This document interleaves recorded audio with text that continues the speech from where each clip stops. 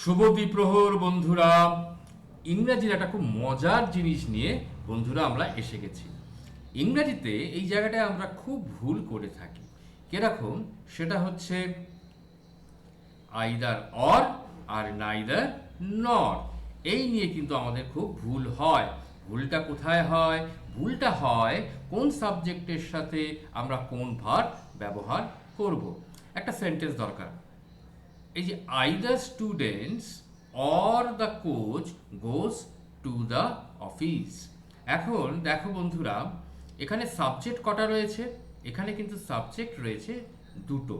এটা হচ্ছে প্রথম সাবজেক্ট আর দ্য কোচ হচ্ছে দ্বিতীয় সাবজেক্ট। এখন ভার্ব রয়েছে এখানে গোজ। এখন ভার্বটা কার সাথে বসবে? স্টুডেন্টসের সাথে বসবে নাকি দ্য কোচের সাথে বসবে? ধরো এখানে একজন ব্যক্তি রয়েছে, এখানে একজন ব্যক্তি রয়েছে, আর আমি বেচারা দাঁড়িয়ে রয়েছি এইখানে। এইবার দুজনে কথা বলছে, এর কথাও আসছে, এর কথাও আমার দিকে আসছে। কার কথা আগে আসবে? যে আমার সামনে আছে তার কথা আসবে। তার মানে আমি হচ্ছি এখানে ভার্ব, আমি হচ্ছে সেই ভার্ব। ঠিক আছে? তাহলে আমার ভার্ব হচ্ছে এইটা। আমার সামনে কে আছে? আমার সামনে আছে দ্য কোচ। তাই দ্য কোচ হওয়ার জন্য আমি এটা কি করলাম? গোজ করলাম। ক্লিয়ার হলো প্রথম ব্যাপারটা? তার মানে সামনে যে সাবজেক্ট থাকবে ভার্বে, সেই অনুসারেই কিন্তু ভার্ব হবে। ঠিক আছে? আর একটা রাখা দরকার, নাইদার রমা নর হার ফ্রেন্ডস। এখানে প্রথমে কে আছে? প্রথমে আছে দেখো রমা।